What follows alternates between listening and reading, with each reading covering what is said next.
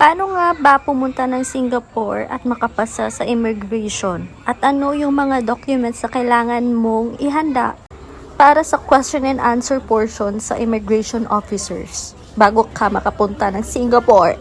Para hindi ka ma-offload. O, diba? First is magdasal ka. And before you go to the trip, you need to go to the church para magdasal.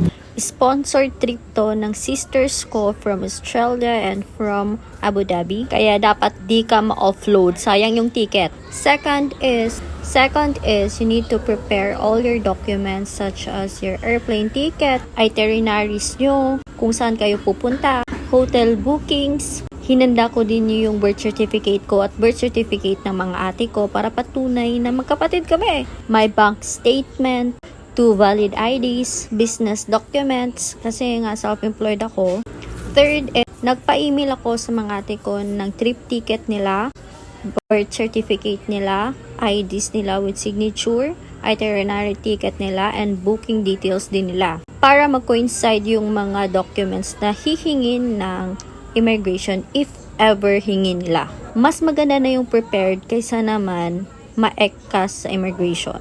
Fourth is, kailangan mong isegregate yung mga documents mo o yung personal documents mo at mga documents ng ate mo para well-organized yung documents mo at para hindi ka malito kung ano yung ibibigay mo pag hihingin niya ng immigration officer. Fifth is self-confidence. Yes, self-confidence mga mare. Huwag kang mag-formal attire, please lang. Mag-casual ka lang kasi nga travel yung pupuntahan mo. Hindi ka naman para mag-a-apply. Para hindi ka pagdudahan ng immigration officer kasi nga isa rin sa tinitignan nila is yung outfit.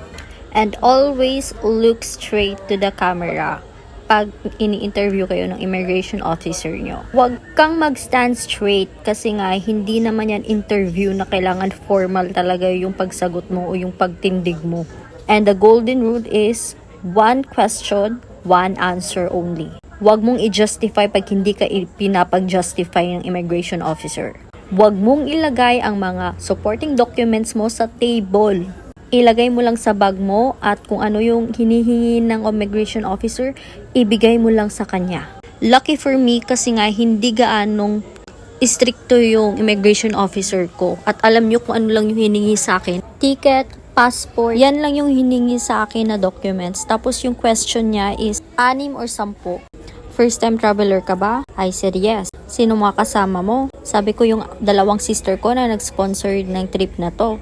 Asan sila? Doon na kami magkikita-kita sa Singapore. Uuwi ba sila ng Pilipinas? Sabi ko hindi. Sabi nila, ano work mo? Sabi ko, I am a self-employed and I am a nail tech. Ako, kailan ka babalik? Sabi ko, March 26, Wednesday.